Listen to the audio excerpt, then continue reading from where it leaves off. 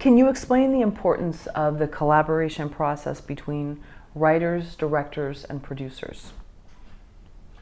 Okay, first of all, I want to add another category, which is actors, okay? Writers, directors, producers, and actors.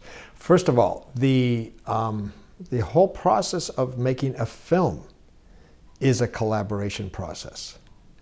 That if a writer didn't want to collaborate, they would write a novel. If a director didn't want to collaborate, he might do something else. Yeah, in fact, he might become a painter or something like that. The storytelling through film is, by design, collaboration. The problem is there's so little collaboration that actually goes on, or such inefficient or ineffective collaboration going on. So there is collaboration, but what Michael and I are doing is, with this process beyond collaboration, that's what we're calling it, is we're addressing that collaboration process and trying to explore how people can be more effective, can be more efficient, how writers can learn how to not only work with directors, but work with actors, work with producers. In fact, those four categories, how they can learn a language, a common language that they can all speak to each other.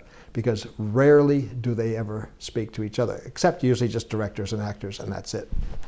Right. Anything to add, Mike? No, I agree completely with what he said. I just think the best movies come when those elements work together.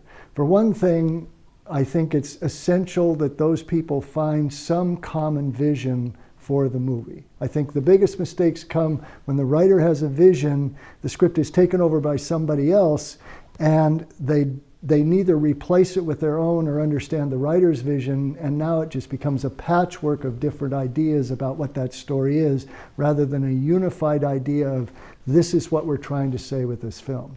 And collaboration is really going to enable them to do that. Why does the collaboration break down?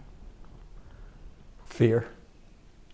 I think a lot, fear and mistrust, I think. Fear, I think too many artists, all four of those categories, fear that they don't know enough about the story, don't know enough about what they're doing, and it'll show.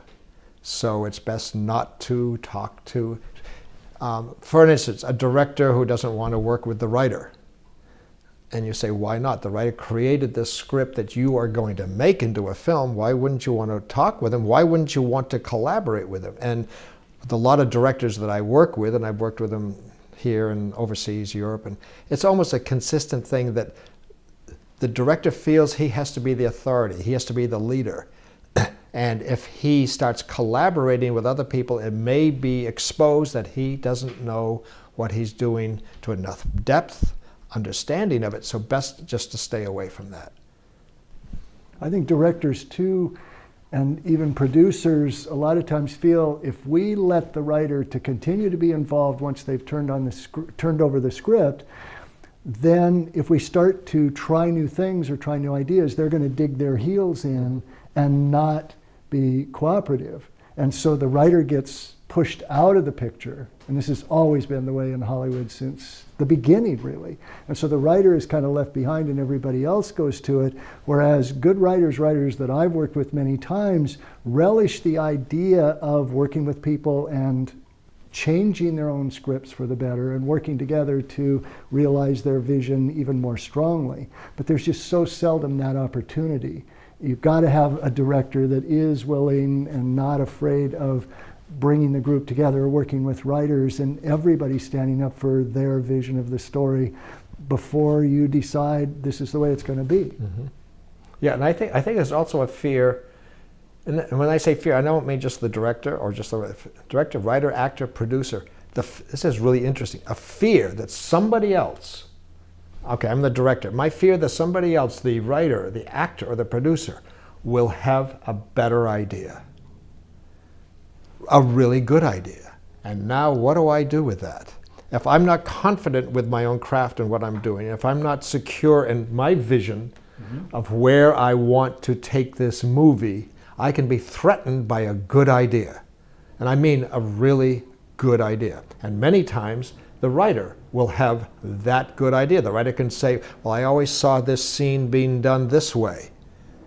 There's a vision. So now the writer has a vision of how the scene might be played, or where it might be played, or the location, or the tone. And a secure director can listen to that and go, great idea. I'm going to use part of it, or some of it, or none of it, and still feel confident and feel like his authority has not been threatened. A weak director will hear that great idea and feel threatened because he doesn't know what to do with it. So basically the writer's gone. That's why let's not let the writer, and the same thing Michael's saying, but the other thing is, my feeling, because of the collaboration process between these four elements, producer, director, writer, and actors, there is the potential, which is what I'm always going for, that if we all get together and we all collaborate and we all share our ideas and our visions for this movie, that we're all working to make this one thing happen, the chances are that the final product that we will create, if we're all open to each other, trust each other, and are confident and secure, the final product will rise above what any one of us could have done alone. And we will at the end not know quite how it happened. And that's the magic of what can happen. But that means giving up control. Everybody. Director, writer, producers, actors, everybody has to give up control. The control is taken over by the creative process, not by another person, but by a creative process. And that creative process can then elevate the film.